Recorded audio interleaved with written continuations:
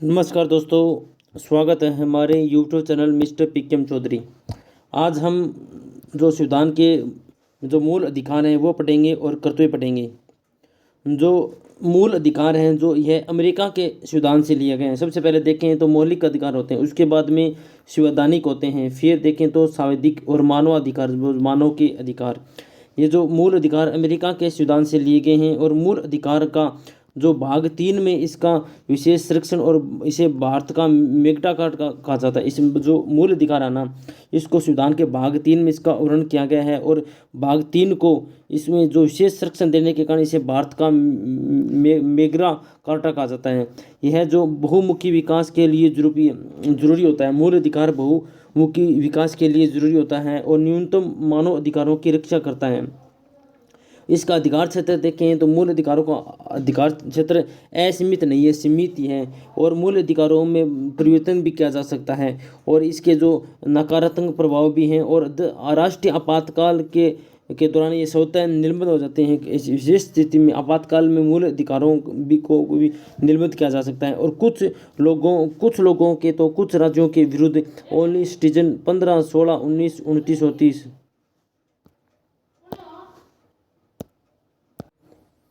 मूल अधिकार देखे हैं, इसमें वर्तमान में जो 6 मूल अधिकार हैं उसमें कौन कौन से मूल अधिकार है वो देखते हैं कि अनुच्छेद 14 से 18 समता, या इसमें मूल अधिकार 14 से लेकर ये 32 तक दे रखे हैं। जो इसमें अनुच्छेद 14 से 18 समता या समानता का अधिकार है। अनुच्छेद 19 से 22 स्वतंत्रता का अधिकार, राइट टू फ्रीडम। अनुच्छेद 23 से 24 शोषण के विरुद्ध अधिकार है। अनुच्छेद 24 से जो 28 धार्मिक स्वतंत्रता का अधिकार है और 29 से 30 संस्कृति और शिक्षा संबंधित अधिकार है। अनुच्छेद 32 जो संवैधानिक उपचारों का अधिकार, जिसमें राजस्थान में जो रीट लगाई जाती है, अनुच्छेद अधिकारों का संरक्षण करता है, अनुच्छेद 32 में कहा गया है। और मूल संविधान में 7 अधिकार थे। मूल अधिकार में जो मूल संविधान था उसमें 7 अधिकार थे, 6 अधिकार हैं। और 44वां संविधान संशोधन हुआ जब 1973 के द्वारा जो संपत्ति का अधिकार था ना, उसको हटा दिया गया और अनुच्छेद 31 से अनुच्छेद 19F को मौलिक अधिकारों की सूची से हटाकर इसे संविधान के अनुच्छेद 300A में रखा गया। अब देखते हैं इसमें जो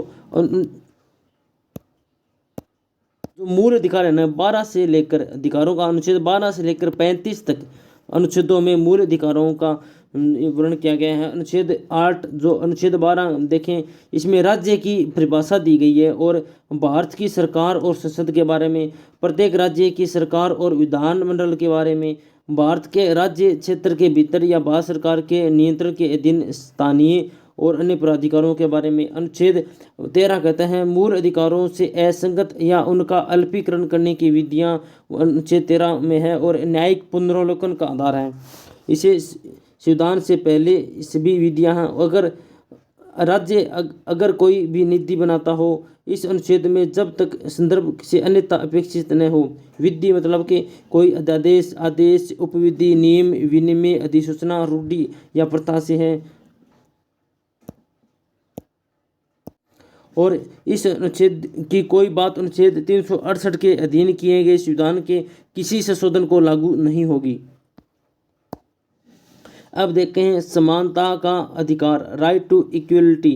अनुच्छेद 14 से 18 के जो समानता का अधिकार दिया गया है। 8 जो 14 में भारत के प्रत्येक व्यक्ति को अधिकार है कि यह कानून का जो समान रूप से संरक्षण, इसमें जो कानून के समक्ष समानता। अनुच्छेद 14 ना कहता है कि कानून के समक्ष समानता और कानूनों का समान संरक्षण। कानून के समक्ष किसी भी व्यक्ति में विभेद नहीं किया जाएगा। समानता का अधिकार अनुच्छेद 14 में कहता है कि कानून के समक्ष किसी भी व्यक्ति में विभेद नहीं किया जाएगा। यह एक ब्रिटिश परंपरा है और इसमें जो सकारात्मक अवधारणा दी गई है, समान परिस्थिति में समान व्यवहार का और सभी की कानूनों का समान पहुंच। अमेरिका अवधारणा कहता है कि विभिन्न उद्देश्यों के लिए इसके सकारात्मक विभेद किए जा सकते हैं। अनुच्छेद जो 15 है ये कहता है केवल धर्म, नस्ल, जाति या जन्म के स्थान पर आधार पर सार्वजनिक स्थलों का भेदभाव निषेध है। कि राज्य स्त्रियां, बालकों, सामाजिक शैक्षिक दृष्टि से पिछड़े हुए नागरिकों, SC ST EWSों के उत्थान के लिए विशेष उपबंध कर सकता है। 8-16 कहता है लोक नियोजन के विषय में अवसर की समानता। केवल धर्म में मूलवश जाति, लिंग, उद्भव, जन्मस्थान, निवास के आधार पर विभेद नहीं किया जाएगा। निवास के आधार पर सशक्त विधि बना सकती है। पदों के आरक्षण के लिए उपबंध कराने से निवारण नहीं करेगी। राज्यों की नियुक्ति व पदों पर EWS 10% अतिरिक्त आरक्षण देगी।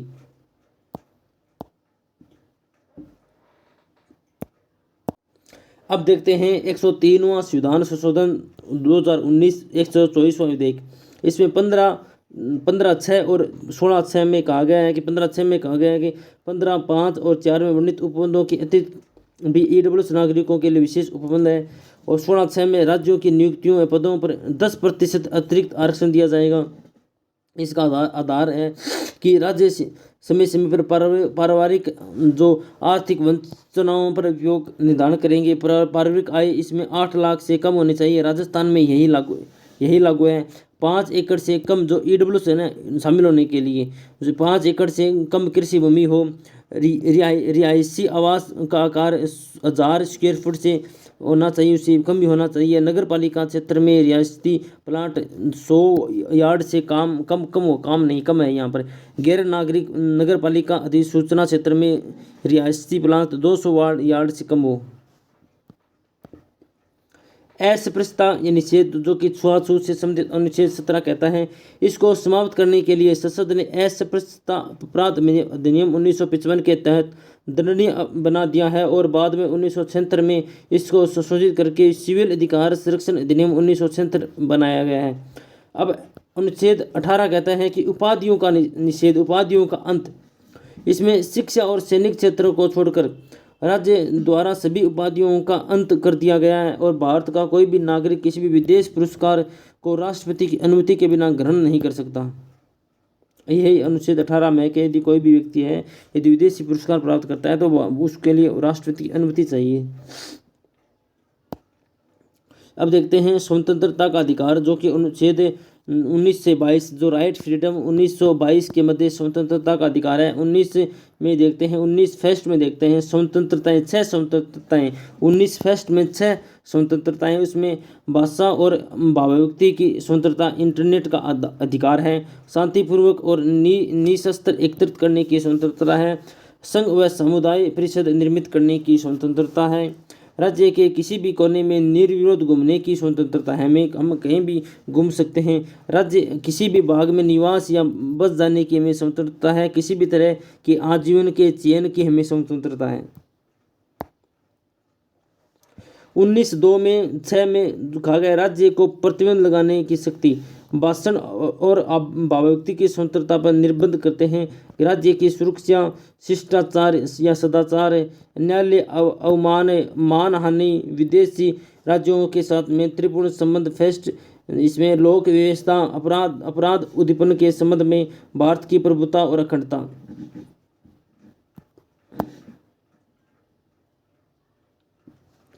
आर्ट जो अनुच्छेद 20 में कहा अपराधों के 2 सिद्ध विषय में संरक्षण की बात की गई है। इसमें 20(1), 20(2) और 20(3) हैं और 20 ये अनुच्छेद है जिसमें 20(1) में भूतलक्षी विधायक का निषेध, 20(2) में दोहरे दंड का निषेध, 20(3) में आत्मा विस्मान का अध्ययन है और इसमें जो 20(1) है उसमें उपलब्ध कानून का उल्लंघन दंड नहीं है और 20(2) में एक अपराध के लिए एक से अधिक दंड नहीं दिया जा सकता। 20(2) में कहता है कि यदि किसी ने एक बार अपराध किया है उसको दोबारा दंड नहीं दिया जाएगा। 20(3) में कहता है कि स्वयं के खिलाफ कोई गवाही नहीं दे सकता। 20(3) कहता है कि स्वयं के खिलाफ कोई गवाही नहीं दे सकता। अनुच्छेद 21 कहते हैं, देखते हैं, किसी व्यक्ति को प्राण या दैहिक स्वतंत्रता से केवल विधि द्वारा स्थापित प्रक्रिया से ही वंचित किया जा सकता है, हमें जीने का अधिकार है, ये अनुच्छेद 21 कहता है। इसमें जो केस आए थे, एक के गोपालन मामला 1951 में दैहिक स्वतंत्रता, केवल जीवित रहने का अधिकार, मेनका गांधी केस 1973 जीवन संबंधित जो व्यापक व्याख्या की गई, जिसमें गरिमापूर्ण जीवन की व्याख्या की गई है। मेनका गांधी की केस है, उसमें गरिमापूर्ण जीवन जीने की व्याख्या की गई है। और इसके तहत स्वतंत्रताएं, स्वस्थ रहने की स्वतंत्रता, स्वस्थ पर्यावरण की स्वतंत्रता, पोषण, निद्रा, निजता की स्वतंत्रता। 2017 एस पुतास्वामी बनाम भारतीय संघ, 9 जजों की खंडपीठ, JS खेर।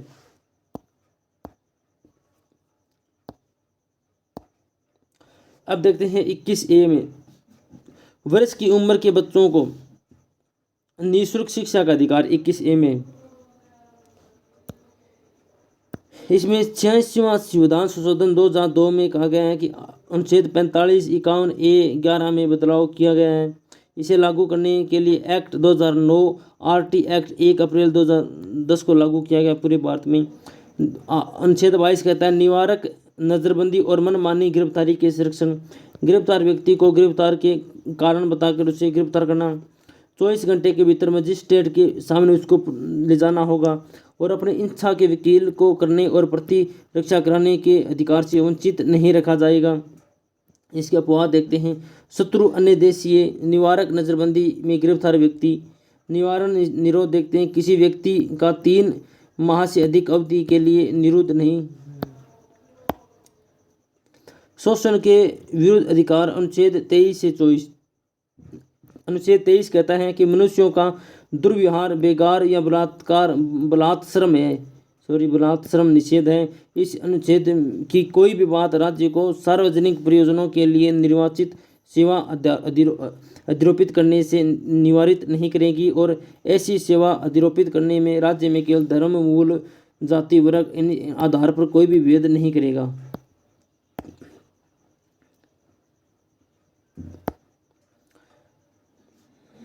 अब देखें धार्मिक स्वतंत्रता का अधिकार, अनुच्छेद 25 से 28। 25 में प्रत्येक व्यक्ति को अधिकार होगा कि वह अंतरण की, धर्म को मानने की, आचरण करने का और प्रचार करने की स्वतंत्रता होती है। अनुच्छेद जो 25 में कहता है। और इसमें प्रतिबंध देखते हैं, लोक व्यवस्था, सदाचार और स्वास्थ्य के आधार पर प्रतिबंध लगाया जा सकता है।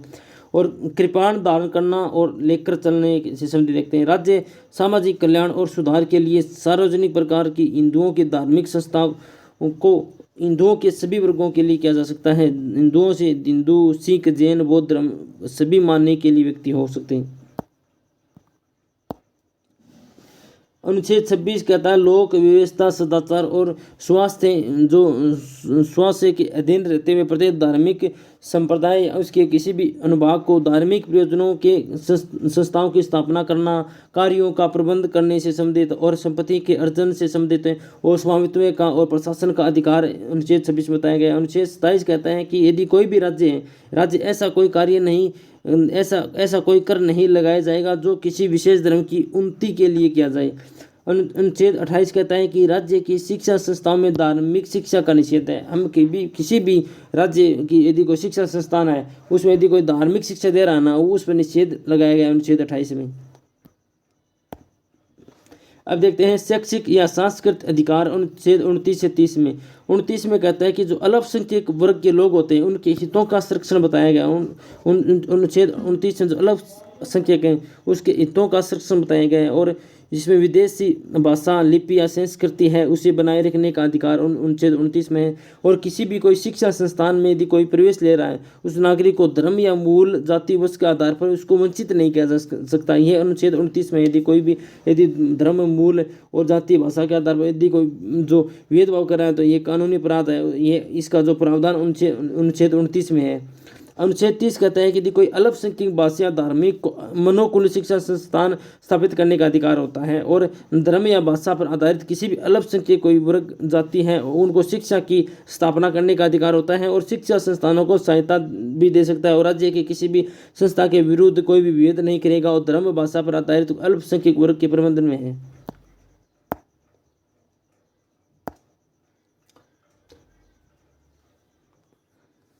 A 44A से हटाकर इसे संविधान 300A में रखा गया जो संपत्ति का अधिकार है ना।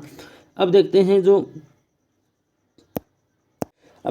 फर्स्ट जो संविधान संशोधन 1951 में अंतः स्थापित क्या किया। इसमें 31A में संपदाओं आदि के अर्जन से उपबंध करने वाली विधियों की आवृत्ति। 31B में कुछ अधिनियम और विनियमों का विधिमानीकरण करना। और जो दूसरा 25वां जो संविधान संशोधन हुआ जो 1971 में हुआ, जिसमें क्या 31C में कुछ निषेध तत्वों को प्रभावित करने वाली विधियों की व्यापृति।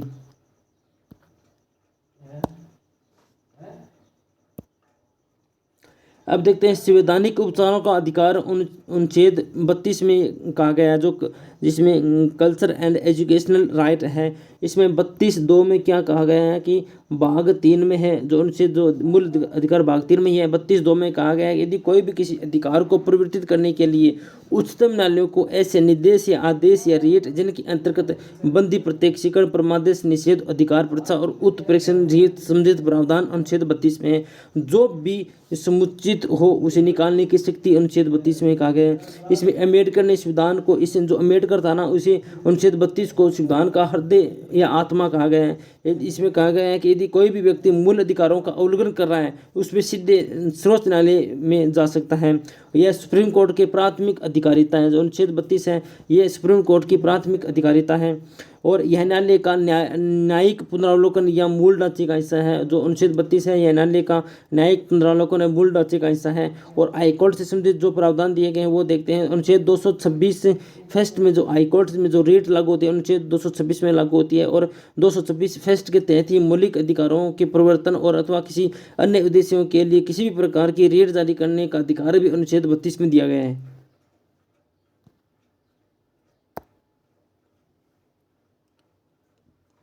अब देखते हैं जो बंदी प्रत्यक्षीकरण है, इसका अर्थ देखते हैं। जो इस बंदी प्रत्यक्षण मतलब शरीर से संबंधित इसका जो अर्थ है, जिसमें सहशरीर प्राप्ति करना, जो मतलब किसी को गिरफ्तार करते हैं उसको सहशरीर उसको गिरफ्तार करना, उसका उद्देश्य क्या है। बंदी प्रत्यक्षण का उद्देश्य क्या होता है? इसका उद्देश्य होता है कि दैहिक स्वतंत्रता बहाली, इसका ये उद्देश्य होता है। इसके विरुद्ध लोक या निजी अन्य 352 के तहत इसे निर्मित नहीं किया जा सकता।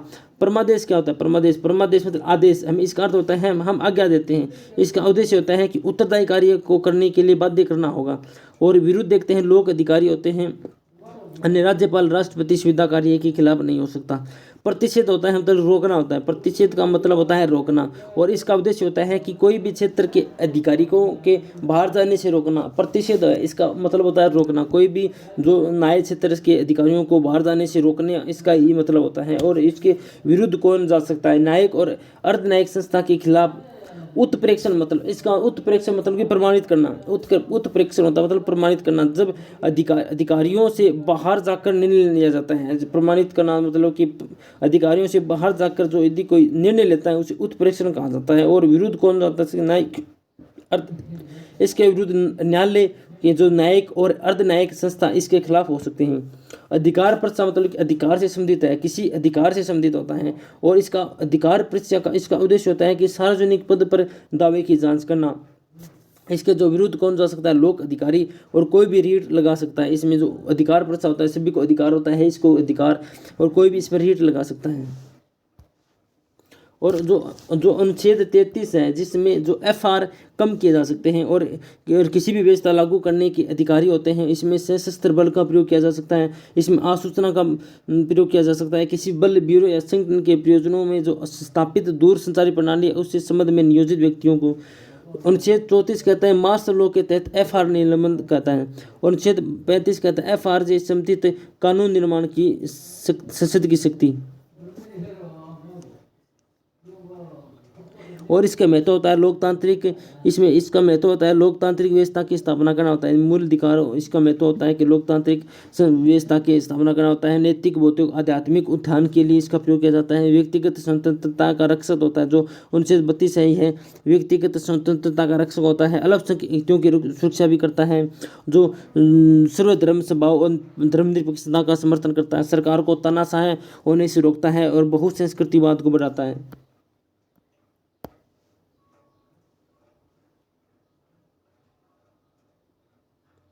अब देखते हैं जो राज्य के नीति निर्देशक तत्व देखते हैं और इसकी विशेषताएं। जो राज्य के नीति मतलब नीति बनाना होता है। और इसका जो प्रावधान, नीति निर्देशक का प्रावधान जो कि आयरलैंड से लिया गया है, इसका प्रावधान आयरलैंड से लिया गया है। और नीति निर्देशक तत्वों हो कहीं संविधान की आत्मा और दर्शन कहा जाता है, और यह विधायिका, कार्यपालिका और प्रशासनिक मामलों में राज्य की सिफारिश करता है। जो नीति निर्देशक तत्व होते हैं ना, नीति निर्देशक जो संविधान में जो इसकी विधायिका, कार्यपालिका, प्रशासन मामलों में इसकी सिफारिश की जाती है। और 1935 जो अधिनियम के तहत भारत का जो गवर्नर जनरल भारत की औपनिवेशिक कॉलेजों की जारी अनुदेशों के समान सकारात्मक निर्देश देना, इसमें गांधीवादी, समाजवादी और उदारवादी आदि सिद्धांतों का समावेश दिया गया है। और अनुच्छेद 36 इसमें कहा गया है कि राज्य की परिभाषा दी गई है। जो अनुच्छेद 36 है नीति निर्देशित तत्व में, जो अनुच्छेद 36 है इसमें राज्य की परिभाषा दी गई है, और राज्य का वही अर्थ है जो भाग 3 में है। अनुच्छेद 37 इसमें कहा गया है कि न्यायालय द्वारा परिवर्तनीय नहीं होते हुए भी देश के शासन में मूलभूत माना गया है, और तथा विधि बनाने में इस सिद्धांतों को लागू करना राज्य का कर्तव्य होगा। इसका मुख्य लक्ष्य क्या होता है? नीति निर्देश मुख्य लक्ष्य है भारत में कल्याणकारी राज्य बनाना और आर्थिक सामाजिक लोकतंत्र की स्थापना करना होता है। अनुच्छेद 38 कहता है कि राज्य में लोक कल्याण की अभिवृद्धि के लिए सामाजिक जो व्यवस्था बनाए रखना। अनुच्छेद 38 फैसले में सामाजिक, आर्थिक और राजनीतिक न्याय को सके।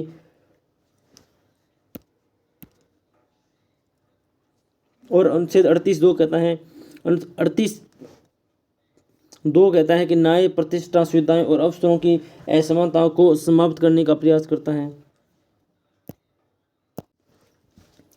और जो अनुच्छेद 39 है इसमें राज्य अपनी नीति का और विशिष्टता इस प्रकार संचालन करेगा कि इसमें जो पुरुष व स्त्रियों को आजीविकाओं को पर्याप्त साधन प्राप्त करने का अधिकार है। समाज में भौतिक संसाधनों के स्वामित्व का उचित वितरण किया गया है। अर्थव्यवस्था में धन और उत्पादन के साधनों को अहितकारी केंद्रीकरण का निषेध दिया गया है। और पुरुष व स्त्रियों के लिए समान कार्य करने के लिए समान वेतन दिया जाएगा। और पुरुष व स्त्रियों, श्रमिकों, बच्चों को मजबूरी में आय शक्ति की दृष्टि से प्रतिकूल रोजगार में जाने से बचाना है। बच्चों को स्वतंत्र और गरिमा के साथ विकास का अवसर प्रदान करना और शोषण से बचाना है।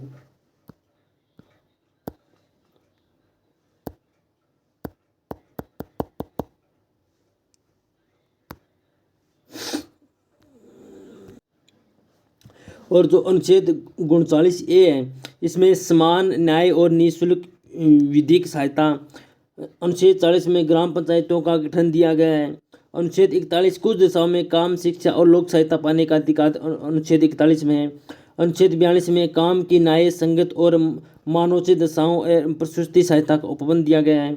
अनुच्छेद 43 कर्मकारों के लिए निर्बाह मजदूरी। अनुच्छेद 43(a) कहता है कि उद्योगों के प्रबंधन में कर्मकारों के भाग लेने में उपयुक्त विधान बनाना। अनुच्छेद 43(b) कहता है सहकारी समितियों का उन्नयन करना। अनुच्छेद 44 नागरिकों के लिए समान सिविल संहिता लागू करने का प्रावधान अनुच्छेद 44 में है। अनुच्छेद 45 में कहता है कि शिशुओं की देखभाल करना और 6 वर्ष के जो बच्चे कम हैं उन उम्रों बच्चों को शिक्षा देने का प्रयास करना। अनुच्छेद 46 कहता है कि SC, ST और अन्य दुर्बल वर्गों को शिक्षा और अर्थ संबंधित हितों में अभिवृद्धि करना। और देखते आगे अनुच्छेद 47 कहता है कि लोगों के लिए पोषाहार वितरण करना और जीवन स्तर को ऊंचा करना और लोक स्वास्थ्य के सुधार करना, मादक पेय व हानिकारक नशीले पदार्थों सेवन को प्रतिषेध करने का प्रयास करना अनुच्छेद 47 में कहता है। अनुच्छेद 48 कहता है कि कृषि और पशुपालन का संगठन आधुनिक वैज्ञानिक प्रणालियों के अनुसार करना और गाय, बछड़ों एवं अन्य दुधारू एवं जो वाहक पशुओं की नस्लों का परीक्षण करना और सुधार करना और उसके वध का प्रतिषेध करने के लिए कदम उठाना। अनुच्छेद 48(a) कहता है पर्यावरण के संरक्षण व संवर्धन व वन्य जीवों की रक्षा करना। अनुच्छेद 48 कहता है कि पर्यावरण का संरक्षण करना और उनको बढ़ाना और वन्य जीवों की रक्षा करने का प्रयास करना अनुच्छेद 48 में कहा गया है। अनुच्छेद जो 49 है इसमें राष्ट्रीय महत्वों की जो स्मारक हैं उनका संरक्षण करना और उनको वस्तुओं का संरक्षण करना। जो स्मारक में जो स्थित वस्तुएं होते हैं उनका संरक्षण करना और स्मारक का संरक्षण करना अनुच्छेद 49 में कहा गया है। अनुच्छेद 50 कहता है कि राज्य में जो लोक सेवाओं में जो कार्यपालिका से न्यायपालिका का पृथक्करण, जो कार्यपालिका से न्यायपालिका पृथक्करण अनुच्छेद 50 में। अनुच्छेद 51 इसमें कहा गया है कि अनुच्छेद 51 में कहा गया है कि अंतर्राष्ट्रीय शांति और सुरक्षा में अभिवृद्धि करना और राष्ट्रों के बीच न्याय संगत और समानतापूर्ण संबंधों को बनाए रखना। अनुच्छेद 51 कहता है कि शांति और सुरक्षा में अभिवृद्धि करना और जो राष्ट्रों के बीच न्याय संगत और समानतापूर्ण पूर्ण संबंधों को बनाए रखना अनुच्छेद 51 में कहा गया है। और जो संगठित लोग हैं उनको एक दूसरे के व्यवहार में अंतर्राष्ट्रीय विधि और सही बाध्यता के आदर बढ़ाने का इसमें प्रयास किया गया है। और अंतर्राष्ट्रीय विवादों के मध्य निपटारों को प्रोत्साहन भी अनुच्छेद 51 में कहा गया है, इसका प्रयास करना। और जो अनुच्छेद जो 42वां संविधान संशोधन 1976 था उसमें अनुच्छेद 39A, 43A और 48A को जोड़ा गया। और 44वें संविधान संशोधन अनुच्छेद 1978 29A को पुनः संख्याकित किया गया और 38B को अंतः स्थगित किया गया। 46वां संविधान संशोधन 2002 में अनुच्छेद 45 में इसको बदला गया और 97वें संविधान संशोधन 2012 अनुच्छेद 43 में चेंज किया गया।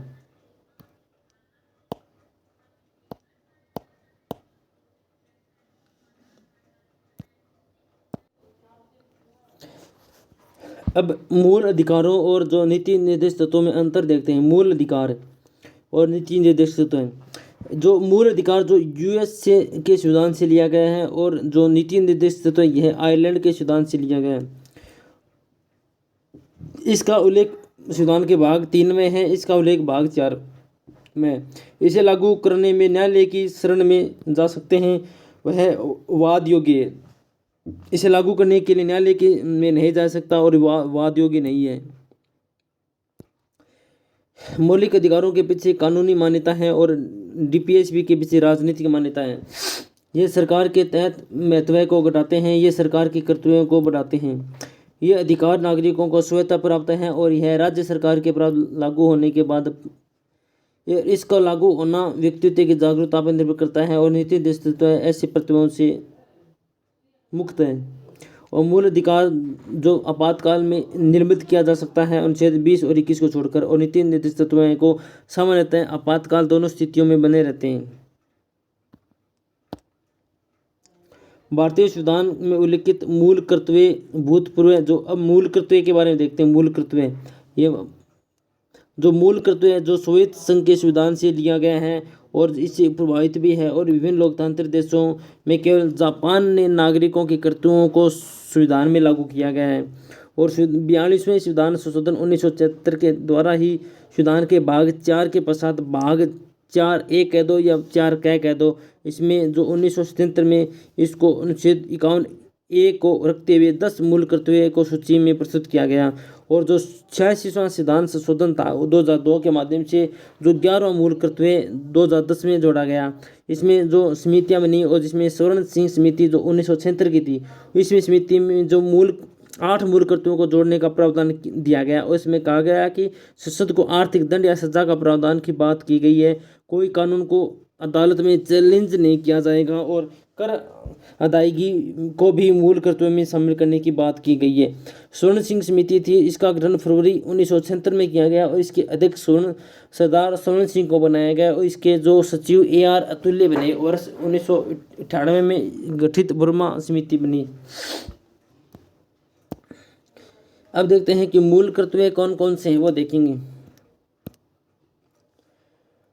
देखते हैं कि मूल कर्तव्य की सूची में 11 मूल कर्तव्य हैं। देखते हैं पहला कर्तव्य कि संविधान का पालन करें और उसके आदर्शों, संस्थाओं और राष्ट्रध्वज को राष्ट्रगान का आदर करें, यह पहला मूल कर्तव्य है। दूसरा मूल कर्तव्य है कि स्वतंत्रता के लिए हमारे राष्ट्रीय आंदोलन को प्रेरित करने वाले उच्च आदर्शों को हृदय में संजोए रखें। तीसरा मूल कर्तव्य है भारत की प्रभुता, एकता और अखंडता की रक्षा करें और उसे अक्षुण्ण रखें। चौथा है देश की रक्षा करें और आह्वान किए जाने पर राष्ट्र की सेवा करें। पांचवा मूल कर्तव्य भारत के सभी लोगों को समरसता और शासन भातृत्व की भावना का निर्माण करें, जो शिष्ट विरोधी प्रथाओं का त्याग करें। छठा मूल कर्तव्य हमारी सामाजिक संस्कृति गौरवशाली परंपरा का महत्व समझे और उसका परिरक्षण करें। पर्यावरण, सातवां मूल कर्तव्य पर्यावरण, वन, झील, नदी और वन्य जीवों की रक्षा करें और उसका संवर्धन करें और प्रति दया भाव रखें। जो आठवां जो मूल कर्तव्य वैज्ञानिक दृष्टिकोण और मानवतावाद और ज्ञानार्जन तथा सुधार की भावना का विकास करें। नौवां मूल कर्तव्य सार्वजनिक संपत्ति को सुरक्षित रखें और हिंसा से दूर रखें। 10वां है व्यक्तिगत और सामूहिक गतिविधियों के सभी क्षेत्रों में उत्कृष्ट बढ़ाने और की ओर बढ़ाने का सतत प्रयास करें। जो माता पिता या शिक्षक हो वह 6 से 14 वर्ष के बीच की आयु की यथाशक्ति और अपने बच्चों या प्रतिपालन को शिक्षा प्राप्त करने का अवसर प्रदान करें।